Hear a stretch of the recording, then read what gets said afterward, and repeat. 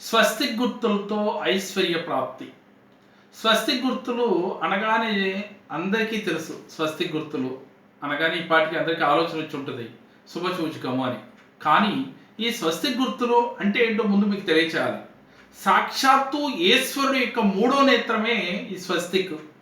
ఆజ్ఞా చక్రంలో కొలువైండే ఈ స్వస్తిక్ ఎవరి ఇంటి వద్ద అయితే తలుపుల మీద, అలాగే సింహద్వారానికి రెండు పక్కల కూడా ఈ స్వస్తిక్ సింబల్ ఉంటుందో, ప్రతి గడప దగ్గర అంటే తలుపు దగ్గర స్వస్తిక్ సింబల్స్ ఉంటాయో, అలాగే మీ బీరువాకు కానీ మీ వ్యాపార సంస్థల్లో ఉన్న ప్రతి వస్తువు మీద కూడా అవకాశం ఉన్న చోటల్లా స్వస్తిక్ గుర్తు వేసుకు తీరాలి. పూజా మందిరంలో కూడా స్వస్తిక్ గుర్తు ఉండేట్టుగా చూసుకోండి. మీరు ఈ స్వస్తిక్ గుర్తు ఎలా వేసుకోవాలి? ఆర్టిఫిషియల్గా తెచ్చుకోవాలా అని అంటే, అవకాశం ఉంటే ఆర్టిఫిషియల్గా అలా ఫిక్స్ చేసుకునేట్టు కూడా కొన్ని ప్రదేశాల్లో పెట్టుకోవచ్చు. లేని ఎడల వారంలో ఒక రోజైనా సరే లక్ష్మీవారము అని అంటాం, అంటే గురువారం కానీ శుక్రవారం కానీ మీరు ఈ 2 రోజుల్లో మీకు అవకాశం ఉన్నప్పుడు చక్కగా కుంకుమతో గనక మీరు స్వస్తిక్ వేసుకున్నట్లయితే ఐశ్వర్య ప్రాప్తి కలుగుతుంది. అలాగే గంధ సింధూరంతో గనక స్వస్తిక్ వేసుకోగలిగితే అఖండ ఐశ్వర్య ప్రాప్తి కలుగుతుంది.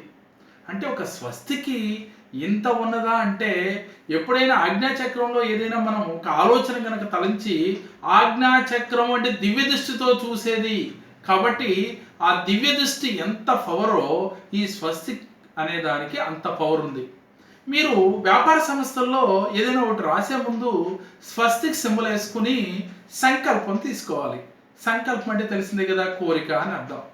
ఆ కోరిక తీసుకున్నప్పుడు ఓం సర్వాభిష్ట ఫల ప్రదాయ నమః, ఓం సర్వాభిష్ట ఫల ప్రదాయ నమః అనే మంత్రాన్ని ఒక 11 సార్లు మనసులో తలుసుకుని ఈ స్వస్తిక్ సింబల్ వేసి సంకల్పం తీసుకోండి. ఈరోజు నాకు ఇంత వ్యాపారం ఉండాలి అని చెప్పి మనం డైలీ బుక్, డే బుక్ ఒకటి పెట్టుకుంటాం కాబట్టి ఆ డే బుక్లో రాసుకు తీరండి. వెంటనే ఆ రోజు మీకు ఇన్కంలో చేంజ్ కనపడుతుంది. అలాగే ఏ కార్యం చేసేటప్పుడైనా, ఒక వివాహం గురించి కానీ, అలాగే మనం ఏ పని చేసినా ఒక సరుకులు చీటీ రాస్తూ ఉంటాం ఒక కార్యానికి.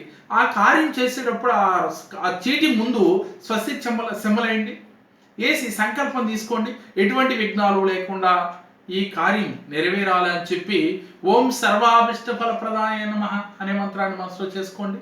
ఎటువంటి విఘ్నాలు లేకుండా ఎటువంటి కార్యమైనా నెరవేరుతుంది, అఖండ ఐశ్వర్య ప్రాప్తిని ఇస్తుంది. ఈ రోజు నుంచి మా యూట్యూబ్ ఛానల్ చూస్తున్న ప్రేక్షకులు అందరూ కూడా ఈ స్వస్తిక్ని నేను చెప్పిన విధంగా చేసుకుని హ్యాపీగా ఐశ్వర్య ప్రాప్తిని పొందండి. అలాగే నేను చెప్పిన ఈ యొక్క పరిష్కారం మీకు నచ్చినట్లయితే లైక్ చేయండి, అలాగే మీ ఫ్రెండ్స్కి షేర్ చేయండి. అలాగే యూట్యూబ్ ఛానల్ని మీకు మరిన్ని వీడియోస్ ద్వారా మేము పంపిస్తున్నాం కాబట్టి మీకు మరిన్ని వీడియోలు కావాలనుకుంటే కనుక సబ్స్క్రైబ్ చేసుకోండి. ఓం నమః శివాయ.